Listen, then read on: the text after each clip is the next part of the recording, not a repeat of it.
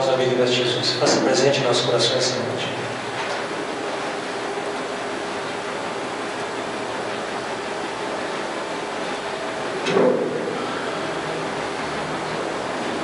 Bem, agora que nós já cruzamos aí a linha de 2011 para 2012, todos nós já pulamos nossas ondas, já estamos com nossas sementes de romã na carteira, então vamos começar a trabalhar.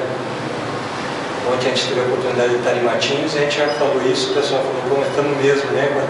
Mas só que a gente faz isso todo ano, a gente não programa, não escreve, alguns escrevem, né? Fazem aquela programação e a gente vai ver no outro ano, a gente não fez quase nada daquilo que a gente programou. Então é isso que a gente vem de repente começar esse ano, vamos começar antes do Carnaval, né? Porque dizem que o Brasil só começa depois do Carnaval, vamos começar antes do Carnaval. Começar a melhorar antes do Carnaval, e essa é a mensagem que a gente vai tentar trazer para vocês, com base aqui no Evangelho, nesse capítulo 5, né, na realidade de São Mateus, capítulo 5 está no Evangelho, brandos e pacíficos. Ele coloca para nós duas frases bem interessantes. Bem-aventurados os que são brandos, porque possuirão a terra. E bem-aventurados os pacíficos, porque serão chamados filhos de Deus. Então vejam que a gente já tem aí uma dica, né, de que a terra não vai acabar em 2012, que Deus não ia deixar a terra para os brandos uma terra destruída, né? Então a gente vai herdar alguma coisa boa, aqueles de nós que conseguirmos essa brandura, e seremos chamados filhos de Deus, aqueles que conseguimos colocar essa paz dentro da gente, que a gente não tem ainda. Vamos ser sinceros, que a gente não tem ainda, a gente não é brando, a gente não é pacífico ainda. A gente está buscando isso. Por que eu falo isso? Porque se a gente já fosse, a gente não estava aqui.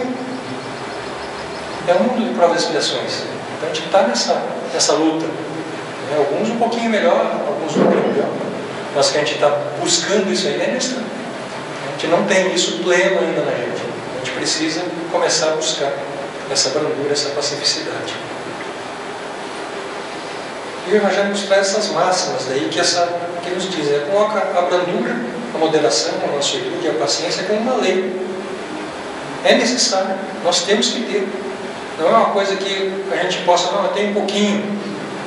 Esses dias eu acho que foi o D'Andrade que falou aqui, né? Paciência é uma coisa que a gente não pode dizer eu perdi a paciência, né? Porque se eu perco, eu nunca tive. Paciência eu tenho ou não tenho. Então, se eu perco é porque eu não tenho paciência, eu estou numa calma de repente, mas eu não tenho paciência. Aquele que tem paciência sempre. Então nós não temos ainda paciência, tem uma lei, a gente tem que começar a ter. É um exercício. É claro que essa pessoa que fala, às vezes eu perco a paciência, senão ela já está fazendo exercício. Está vendo já que uma hora ela tem paciência. Então nós somos assim. Então é um exercício, a gente tem que passar por isso realmente. Eu não vou conseguir sair daqui paciente agora. Agora eu decidi ser paciente, ser brando, e eu vou sair daqui assim, não. Eu não vou conseguir. É aos poucos. É uma luta diária. Mas eu tenho condição de... E se eu começar a falar, não, eu não sou paciente, não tem jeito. Eu sou assim mesmo. Eu mesmo estou colocando isso na minha cabeça. Eu não vou conseguir. Porque eu estou dizendo que eu não vou conseguir. Eu estou mesmo colocando que eu sou assim. Eu sou assim que eu quero. E a gente já vai falar isso mais para frente. Então essas duas expressões condenam a violência, a cólera e até toda expressão descortês. Eu vejo que não é somente aquilo que eu externo, mas a expressão também. Então toda aquela coisa que vem, muitas vezes que ferve, né, fala assim, eu segurei. Mas veio. Eu não estou conseguindo ainda ser calmo o tempo todo, ser brando o tempo todo. Eu ainda tenho essa parte da violência, da cólera, basta que o ciclista atravesse correndo na minha frente ali, na contramão, a mané correndo, ali é bom, né? Aqui você olha para um lado, só vem ciclista do outro, né? E a gente já perde toda a brandura e paciência que ele teve. Então nós temos que começar a exercitar isso realmente. Claro que aqueles de nós que já estão notando, eu não devo agir assim, já é o primeiro passo. Não vamos desanimar. Tem que começar a buscar realmente isso. E para isso, para que a gente tenha essa brandura, ela é ligada a outras virtudes que a gente tem que buscar. Se a gente for ver aqui no final, vocês vão ver aqui que eu falei várias virtudes que a gente tem que buscar realmente. E a humildade e a caridade são duas delas. A humildade para com Deus e a caridade para com o próximo. Está lá no Evangelho, capítulo 9. E a gente lê essa máxima aqui, essa dica, humildade para com Deus, caridade para com o próximo, e a gente muitas vezes enxerga esse próximo, aquele próximo que está lá longe, né? Quer fazer a caridade com aquele que está precisando lá, aquele que ele precisa também. Em Minas, né, agora que está terrível lá o negócio, né, a gente pensa, não, o que eu posso ajudar? Mas muitas vezes em casa eu tenho a caridade para fazer com o próximo que está ali, e eu não faço. Então o próximo que Jesus nos fala é esse próximo aqui mesmo, próximo. A gente fica buscando um próximo lá na rua, aquele que está precisando, aquele precisa sim. Mas se eu não exercitar com esse que está em casa, eu não vou conseguir. Que é o exercício principal. Aquela família, esse que veio comigo, esse espírito que está viajando aqui comigo, nessa nave terrestre, esse necessita do meu apoio. Eu preciso me orientar, né, me sintonizar de maneira correta com esse espírito. Então esse é o próximo que eu devo primeiro trabalhar. Depois eu tento abraçar o mundo. Se eu puder fazer as duas coisas ao mesmo tempo, perfeito. Mas eu ainda não consigo isso muitas vezes. Então eu tenho que começar a trabalhar isso. E a intenção agrava ou atenua a falta. Olha só que coisa. Então não adianta somente eu achar, não, eu já não estou fazendo isso. Que se eu tiver a intenção de fazer, já está agravando a falta. A gente tem aquele teatrinho que rola o tempo todo aqui na nossa cabeça, que é o pensamento. E a gente fala aqui, volta e meia nos nossos estudos, nas palestras, que a gente tem que policiar os nossos pensamentos. Que nós temos que começar a podar isso. Mas muitas vezes eu deixo o negócio ir, né? Eu não estou fazendo nada, mas a minha cabeça está aqui borbulhando, né? A gente está dando essa corda. Então nós temos que começar a policiar também. O que eu estou pensando? Como eu estou pensando? Muitas vezes as pessoas falam, mas eu acordo, tenho pesadelo toda noite. A gente conversa com a pessoa e fala assim, mas você faz uma oração antes de dormir? Não, eu assisto TV. Assistir, como é que é impossível de matar 3. O que você quer sonhar? Então a gente está se preparando para essa viagem espiritual que a gente faz todo dia. Se a gente não pedir para os bons espíritos estarem com a gente, não pedir para que eles nos auxiliem nessa caminhada, a gente vai ficar vagando a esmo. E daí a gente vai realmente ter pesadelo, ter toda forma de intuição, que isso está na gente, né? Não é porque a gente é santo, não é porque a gente está nisso. A gente tem essa bagagem. Mas se eu quiser começar a largar um pouquinho dessa bagagem, eu tenho que pedir auxílio. A gente precisa de humildade. Então a humildade para conosco também. A paciência também é uma caridade. Eu vejo que aquele paciente, aquela pessoa que é paciente, ela também está fazendo a caridade. A gente tem que começar a fazer isso. Muitas vezes a gente estoura por coisas mínimas. Muitas vezes até porque a gente está segurando isso. A gente vai deixando a coisa acumular e de repente a gente estoura por uma coisinha de nada. Daí já está feita a besteira. Daí nós somos orgulhosos e não pedimos desculpa. E daí a gente vai enrolando isso. E a coisa vai ficando cada vez mais pesada. Então quando a gente consegue ser paciente, consegue contar até 10, respirar fundo, a gente consegue ser caridoso para conosco e para com o próximo. E se a gente não conseguir, vamos pedir desculpa. Vamos começar a fazer esse exercício. A gente vê que torna-se muito mais leve o dia depois. E muitas vezes a pessoa nem percebeu. Às vezes eu acabei infligindo alguma coisa com a pessoa, acabei fazendo alguma coisa que eu não gostei, que eu não gostaria que fizesse para mim, a pessoa nem notou. E quando você pede desculpa, ela fala, não, eu nem notei isso ali. Porque ela não estava sintonizada com aquilo, mas eu estava. E muitas vezes eu carrego isso no meu dia todo, essa bagagem, que eu não precisava carregar. Bastava um pedido de desculpa, bastava uma compreensão. Então a paciência também é uma caridade. E a caridade mais penosa é perdoar os que nos fazem sofrer. Realmente é difícil. Aquele que nos cutuca o calo, nos pisa bem naquele calo que está doendo, ali no dedinho pequeno. Esse é mais difícil a gente perdoar realmente. Mas é um exercício que a gente tem que começar. Nós temos que ir buscar isso. Não adianta a gente ficar revoltado, deixando para lá as coisas, tomando veneno para que o outro morra. E diz que a gente consegue fazer isso, né? Quando a gente quer está com raiva do outro, é como se a gente fosse tomar veneno para que o outro morra. Não adianta, só vai atingir ali. Vai e não pegue mais. Se eu puder auxiliar, se eu puder orientar, tudo bem. Agora se eu não posso, por que eu vou carregar isso? É uma bagagem a mais. Eu não preciso carregar isso. Então, se a pessoa me ofendeu, se aquilo não me atingiu de alguma forma, vamos trabalhar, porque ninguém sofre por acaso. Então, está tendo uma lição aí, de alguma forma. Uma dica está vindo para mim. Quando eu ficar com raiva, eu não vou entender o que é. Agora, se eu trabalhar isso, tentar entender por que será que essa ofensa chegou até mim. O que eu fiz para merecer essa ofensa? De uma forma com razão, não com... Muitas vezes a gente analisa isso com o coração. Daí é difícil, porque daí a gente estoura mesmo. Vamos analisar com razão. Por que chegou a mim? Por que o Zé Oswaldo me ofendeu? Eu analiso com a razão. Então, eu fiz aquilo lá, eu cheguei lá e não cumprimentei o Zé Oswaldo. Então agora ele já me deu o troco. E depois eu arrumo isso. Então nós temos que começar a fazer isso. O Espírito Lacordaire, no Evangelho, nos fala a seguinte forma: humildade é uma virtude muito esquecida entre nós.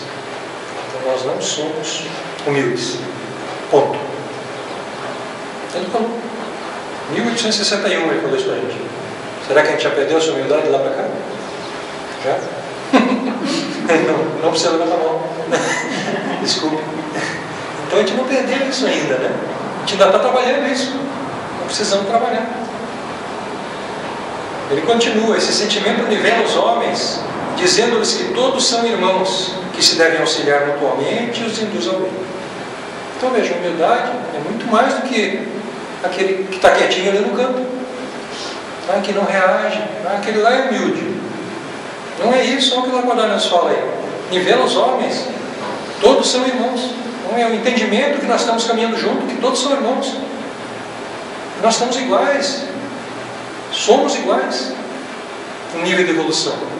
Estamos aqui nessa barca juntos. Então ninguém está muito acima do outro, não. Só porque eu estou aqui acima falando com vocês aqui, não quer dizer que eu estou acima de vocês, não. Muito pelo contrário. Se a gente está aqui conversando, e se eu tive que estudar isso aqui, eu tenho que estudar muito mais que vocês. Então a gente tem que começar a trabalhar isso, entender essas dicas, esses toques, né? E isso está lá no Evangelho. E olha isso aí, também deve auxiliar muito, que se deve auxiliar socialmente, então a humildade, né? O sentimento de humildade. E os induz ao bem. Olha só. Então, nos orienta para o caminho do bem. E ele finaliza da seguinte forma: sem a humildade apenas vos adornais de virtudes que não possuis. É a máscara. Então eu coloco uma máscara de humilde. Muitas vezes eu tenho essa máscara na sociedade, né? Mas em casa eu não tenho. Em casa eu chego e tiro a máscara. Então, daí a gente esquece aquele sim, sim, não, não que Jesus veio e nos falou. Sejamos nós sim, sim, não, não. O que é isso? Sem máscaras. Eu mesmo, toda parte, a todo momento. É difícil? É difícil. Todas nós já estamos fazendo, não estamos ainda, não estamos. Mas temos que começar. Tem um fato que ocorreu lá em julho, 20 de julho de 69, 1969. O homem pisou na Lua nesse dia. O Richard Nixon, em rede nacional, não sei, acho que foi rede mundial até que ele falou. Ele falou que aquele era o dia mais importante para a humanidade. Vocês concordam com isso? Jesus veio há 2000 anos atrás e dividiu o mundo em duas épocas. E eu poderia perguntar para Nixon hoje em dia, será que se fossem os russos que pisassem na Lua em 1969, ele teria dito isso também? Então, é humildade, né? Não teve humildade nenhuma. Discordo totalmente de Nixon nesse discurso dele. Mas nós somos assim. E muitas vezes a gente reclama do nosso político, mas é retrato nosso. Nós escolhemos, nós colocamos lá. O povo tem o político que merece. O povo tem o governo que merece. Então, nós estamos merecendo, nós estamos colocando lá eles. E é o retrato dos americanos, se a gente olhar bem, não é muito diferente disso, esse orgulho deles. Né? Então a gente vê que ele está lá, está no político também. E o egoísmo? Está fora da brandura e da pacificação. O Evangelho nos coloca que o egoísmo é o causador de todas as misérias do mundo terreno. Ele não coloca aqui de algumas, não, ele coloca aqui de todas. Então, temos que olhar para nós. Nós estamos aqui, estamos escutando isso. Estamos vindo estudar aqui o Evangelho. E ele coloca aqui, é o causador de todas as misérias do mundo terreno. Então, não tirou nenhuma aí. Será que não é um ponto que a gente tem que atacar? A gente tem que começar a trabalhar na gente mesmo? Não vamos olhar para o lado assim, não, você, não, cada um faz a sua parte. Porque é fácil a gente olhar para o lado e falar, aí, viu? Né? Ontem na Matinhos, lá o pessoal deu cotovelaço no marido, assim, do lado, né? Então aproveitei e já falei assim, não é para a gente dar cotovelado nos outros, não, é cada um fazer o seu. Né? Cada um vai chegar no seu momento. Esse egoísmo está. Estamos todos aqui nesse barco aqui, ó. Ninguém está fora. Se alguém já passou disso aqui, está no lugar errado. Então, vamos. Mais um item para atacar. 2012 já está cheio de lugar. Chaga da humanidade. Olha só, está lá no Evangelho. Não é coisa boa, não. E no livro dos Espíritos, só para ti ver que o egoísmo não está fácil, não. Tem sido um grande empecilho para a felicidade real dos homens. Então, se a gente está em busca da felicidade, temos que atacar o egoísmo. Temos que acabar ele. Realmente. Não do vizinho, não do marido, da esposa. O nosso. Nosso egoísmo. Vamos atacar. Eu já não sou tão egoísta, alguém pode falar. Mas ainda tem um pouquinho. Então vamos atacar. Bens espirituais. Enquanto aguardamos os bens do céu, temos a necessidade dos bens da terra. Está lá no Evangelho. Muitas pessoas às vezes questionam a gente. Se pode ter isso, se pode comprar aquilo, se não pode. Não é o Espiritismo que vai dizer se pode ou não pode. Se eu trabalho, se eu ganho honestamente meu dinheiro, aquilo que me for necessário, aquilo que não ultrapassar a minha necessidade, que eu não começar a cair na linha do supérfluo, eu posso ter. Mas é supérfluo eu ter um carro com ar-condicionado? Depende, se eu moro em Curitiba, hoje em dia para a segurança já não é mais supérfluo. Mas se eu moro em Paranaguá, o carro ar-condicionado é necessidade. Se eu posso ter, mas eu não posso, é diferente. Então vamos trabalhar, né? 2012 está aí. Vou esperar o carnaval ou vou começar agora? Então, agora se eu tenho a necessidade, vamos dizer assim, não, se eu tenho a capacidade financeira e posso, né, o Evangelho não diz, o Espiritismo não diz que a gente não deve ter. Simplesmente que eu devo ter com parcimônia. Eu não preciso ter 3 carros na garagem, eu e minha esposa somente sozinho em casa, eu devo ter 3 carros. Para quê? A gente fazer um sorteio para ver quando sai, não tem porquê. Né? Eu posso ter, sim, um carro. Não preciso de mais que um. Mas daí cada um sabe de si. O Espiritismo não vem aqui para acolher ninguém. A maior importância deve ser para os bens espirituais. A maior importância. É isso que ele está fazendo aqui agora.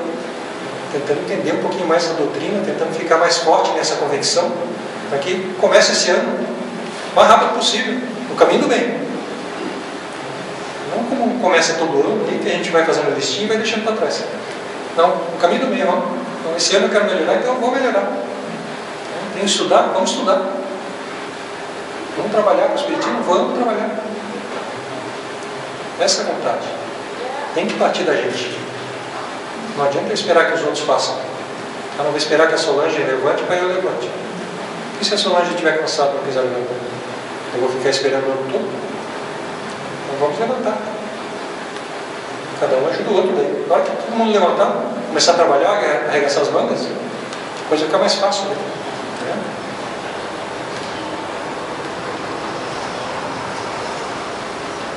Amor ao próximo. A gente tem que, dentro desse tema, veja só. O amor ao próximo produz afabilidade e a doçura. A gente tem que começar a buscar esse contato com o próximo. Lembra que eu falei, esse próximo mais próximo primeiro? Para que a gente exercite, é o que está mais fácil para a gente. Não estou falando para vocês, não é porque esse que eu devo, não é porque esse está mais fácil. Aquele que está lá fora é mais difícil. Então eu tenho que fazer esse exercício com o próximo que está mais perto. Chega de tirar os domésticos. Porque eu falei da máscara, que a gente chega em casa e daí tira a máscara. Eu estou tirando em casa. Ora, eu sou um santo. Eu sempre brinco até que as pessoas às vezes falam, olha que bacana, o que você está falando? Se não sei quem, se meu filho fosse assim. Eu falei assim, pega o Wellington e leva uma semana para casa para ver se não devolve. Então, a gente sabe, cada um sabe o que é. Então a gente tem que tirar essa máscara assim. 2012 é o ano para tirar a máscara. Vamos tirar a máscara? Vamos lá. Chega de tirar os domésticos. Quando a humanidade vivenciar a lei de amor e caridade, os fracos e os pacíficos não serão mais explorados. Vai acabar a exploração. A partir do momento que a humanidade vivenciar isso. Amor e caridade. Nada mais que isso. Napoleão, que morreu na ilha de Santa Helena em 1821, Napoleão Bonaparte, conta um carcereiro dele, que quando ele estava preso, ele estudou a vida de Jesus, porque ele era um estudioso, né? E ele comentou com o carcereiro dele que falou que ele, Alexandre o Grande, Carlos Magno, eram conquistadores, né? Conquistaram grandes impérios por amor ao poder. Mas que Jesus foi o único que conquistou um grande império que dura até hoje pelo poder do amor. Então vejam que interessante, né? Napoleão falou isso. Então esse poder do amor até hoje nos traz aqui hoje. Saímos da nossa casa, né? Não estamos vendo lá a novela, que não sei qual é o nome, e estamos aqui. Então vejam que interessante. E Napoleão viu isso lá atrás, 1821. Então já estava melhorando. Já está à frente da gente, né? A gente fala, Napoleão, né? Invadiu, matou e fez um monte. Será que a gente está tão bonzinho assim? Olha lá. São duas virtudes muito ativas. Então, muitas vezes a gente fala obediência e resignação, a gente fala, o cara que é obediente, resignado é covarde. Mas não é. Porque a gente não está entendendo o que é obediência e resignação. Obediência é o consentimento da razão. Então, quando eu tenho razão, quando eu entendo a razão, eu sou obediente, porque a pessoa está me passando alguma coisa, está mostrando, nossa, que tem razão com aquilo. Então, quando que a gente vai adquirir isso? Com estudo, não tem outra forma. Aí está ocorrendo por uma razão. Então, eu sou obediente a isso. E a resignação? A resignação é o consentimento do coração. É que, naquele momento que eu percebo que não adianta eu brigar com a outra pessoa. Porque daí não vai ser aquele momento. Então eu sou resignado. Eu deixo que ocorra para que no momento certo eu consiga aplicar daí a razão. Veja que interessante. Então não tem nada a ver com covardia. É o consentimento do coração. E a cólera? A cólera nada mais é do que o orgulho ferido. Então nós temos bastante disso. Daí a gente fica com raiva, a gente fica bravo, a gente grita. Quando a gente não consegue vencer com argumentos, a gente eleva a voz. Por quê? Porque daí aquele que grita mais, ganha. Então daí a gente faz isso. Mas nada mais é do que o orgulho ferido. A gente tem que trabalhar esse orgulho nosso. A cólera não exclui certas qualidades do coração, mas impede que faça muito bem e pode levar à prática de muito mal. Então vejo que a pessoa que tem esses rompantes de cólera não é uma pessoa má. Ele coloca aqui. Não exclui as qualidades do coração da pessoa. Mas só que ela perde muitas oportunidades de fazer o bem. E faz muito mal, principalmente para quem? Para ela mesma. Então nós temos que parar com isso. E ficar com orgulho ferido por tudo. Qualquer coisinha a gente está com orgulho ferido. Em casa, no trabalho, no centro. Tem esse orgulho à flor da pele. E daí, cutucou, a gente está explodindo. Então nós temos que parar com isso também.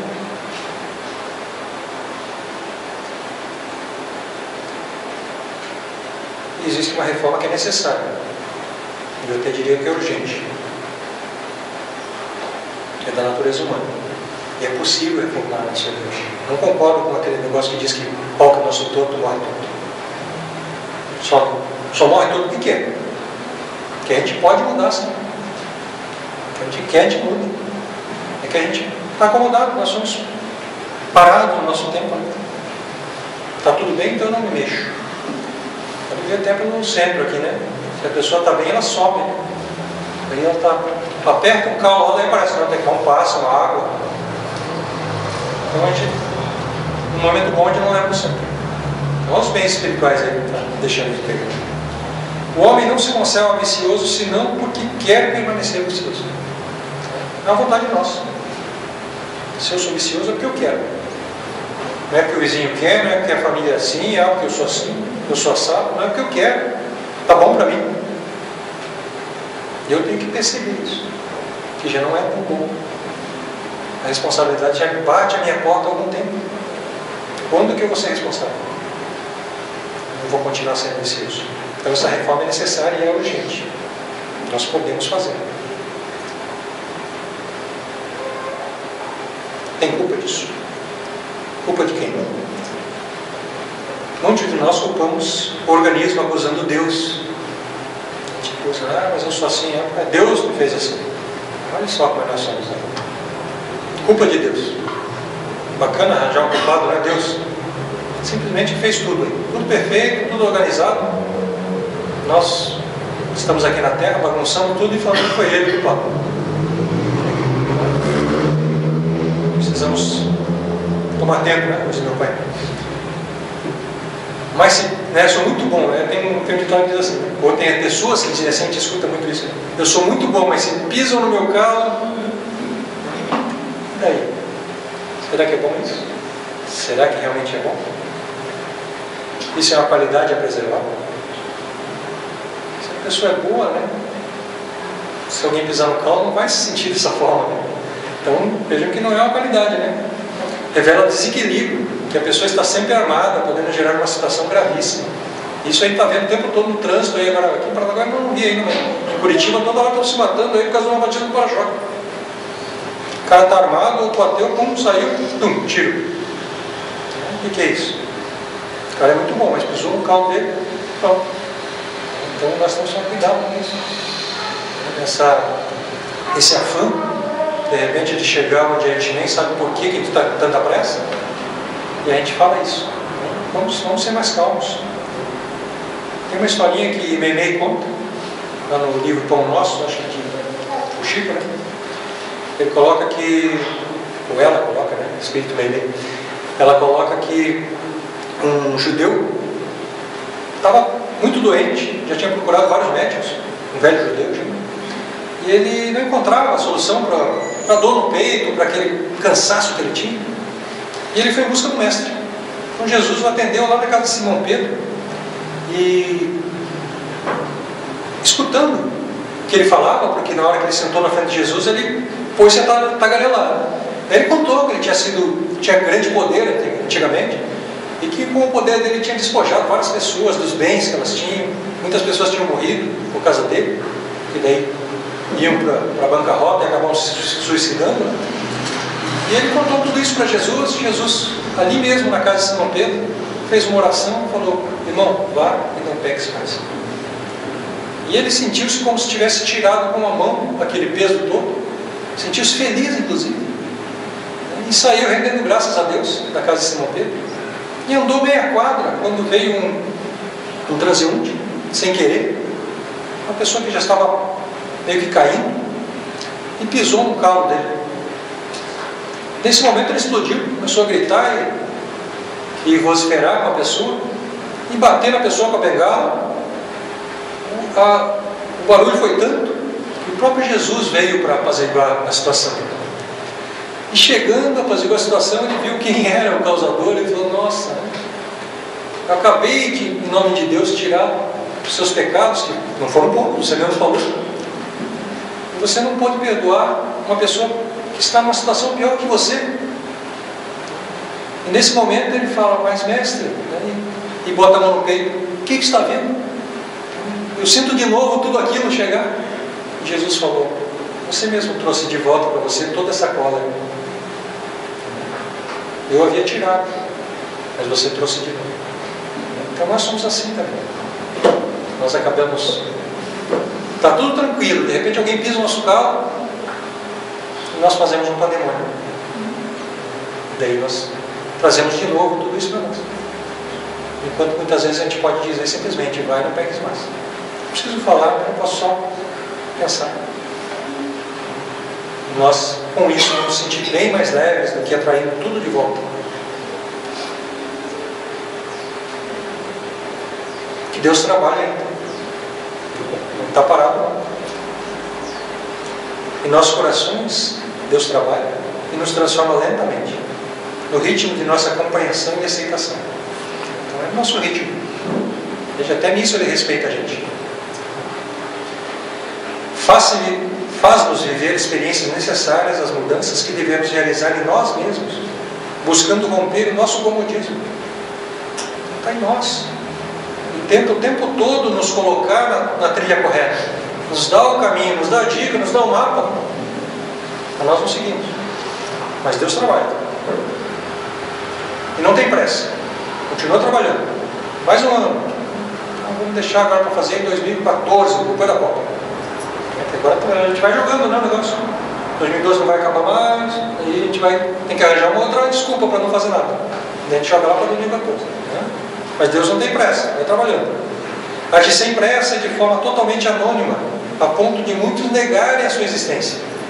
E a gente tem uma história interessante de um enciclopedista francês, Lavoisier. Não. Desculpa, esqueci o nome dele. Professora não lembra. Enciclopedista francês estava passeando aos beiras do Rio Grande e viu uma pessoa que estava orando. E ele pergunta: o que você está fazendo, amigo? Estou orando, falando com Deus. Aí ele fala que ele era conhecido. Vou lembrar o nome dele até daqui a pouco. Conhecido, ele falou assim: mas você me conhece, sabe quem eu sou? E sabe que eu sou ateu. Se você me mostrar agora onde está Deus, eu passo a ser deísta. E a pessoa, na sua calma, na sua tranquilidade, olhou para ele e falou: eu sei que você é ateu. E se nesse momento você me mostrar onde Deus não está, eu me torno ateu. Então vejam que... Não. Voltaire, da enciclopedista francesa. Então a gente vê que a gente tem essa força, né, nos impulsionando, tem toda essa natureza, tem toda essa parte encadeada da criação, e a gente vai continuar negando a existência de Deus. Né? Tenhamos a certeza de que as circunstâncias exteriores da vida, posse, posição social, poder, beleza, saúde física, etc., são passageiras e ilusórias. Tudo isso é passageiro e ilusório. O que a gente leva para o lado de lá é somente aquilo que a gente acumulou de aprendizado, de evolução. Isso a gente leva, mais nada. Ninguém conseguiu ainda inventar uma mala que dê para levar alguma coisa material. Estamos tentando. Para concluir, eu quero aproveitar esse início de ano. Jesus tem sido muito divulgado ultimamente. Isso é muito bom. Ninguém fala que falar de uma pessoa como Jesus é muito bom para todos nós. E o Momento Espírita tem um texto lá no site, bem interessante, onde o autor faz uma reflexão sobre essas frases que nós temos agora nos para-brisa dos carros. E ele traz uma bem interessante, que a pessoa colocou assim no para-brisa: agora não sou eu mais que vivo, é o Cristo que vive em mim. Olha que interessante. É uma frase bem, a gente pode dizer, uma frase pesada de... Forte, exatamente. Obrigado. Então, qual de nós aqui pode afirmar isso? Que Jesus já vive em nós, que Ele já está em nossos atos. É uma frase difícil realmente a gente colocar no nosso para-brisa. Para que o Cristo possa viver de fato em nós, é necessário que nos esvaziemos um pouco do egoísmo. É urgente essa necessidade. Enquanto estivermos cheios de nós mesmos, certamente não haverá lugar para Ele em nossa intimidade. Eu tenho que abrir espaço. Eu já consigo fazer o Feng Shui, eu já consigo doar alguma coisa material que eu tenho em casa, mas dentro de mim eu já consigo fazer. Eu tenho que começar a tirar isso. Eu estou muito carregado ainda desse egoísmo. Então esse é o maior exercício que a gente tem aí para fazer. Eu vim com vários tópicos aí, né? Comecei com brancos e pacíficos e já cheguei aí até no egoísmo. Então a gente vê que a gente tem bastante coisa para fazer. 2012 está aí. Vamos começar a trabalhar. Motivo que não falta. Ou a gente vai esperar depois da Copa? Cabe a cada um. Está aí o convite. A gente vai estar aqui. Vamos continuar trabalhando. Vamos trabalhar junto? Esse é o convite. Feliz 2012 para todos nós. Nesse clima, vamos fazer a nossa oração final. Pai nosso, que estais no céu, na luz dos sóis infinitos, Pai de todos os aflitos desse mundo de escassez. Santificado, Senhor, seja o teu nome sublime, que em todo o universo exprime concórdia, ternura, amor. Venha ao nosso coração o teu reino de bondade, de paz, de claridade, a estrada da redenção. Cumpra-se o teu mandamento, que não vacila, não erra, nos céus como em toda a terra, de luta, de sofrimento. Livra-nos de todo mal, mas dai-nos o pão no caminho, feito na luz, no carinho do pão espiritual. Perdoa-nos, meu Senhor, os débitos tenebrosos, os passados escabrosos, de iniquidade e luta. Auxilia-nos também os sentimentos cristãos a amar os nossos irmãos, que vivem longe do bem. Com a proteção de Jesus, livra nossa alma do erro, nesse mundo de distantes da nossa luz. Que a nossa ideal igreja seja altar da caridade, onde se faça a vontade do vosso amor. Que assim seja. Obrigado.